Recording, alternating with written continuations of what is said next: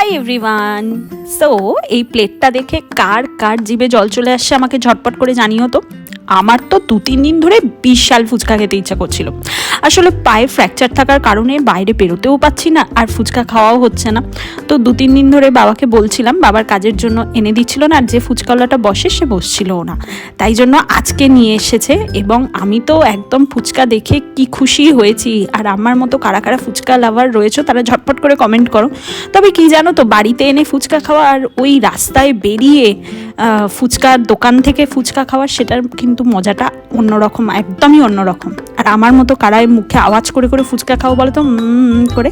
আর যাদের দেখে জিভে জল আসছে তারাও কিন্তু ঝটপট করে কমেন্ট করে ফেলো। আর আমার মতো কারা কারা ফুচকা খাওয়ার পর এই তেঁতুল জলটা বিট লবণ দিয়ে গুলিয়ে খাও বলো তো। আমার তো বিশাল লাগে খেতে একদম।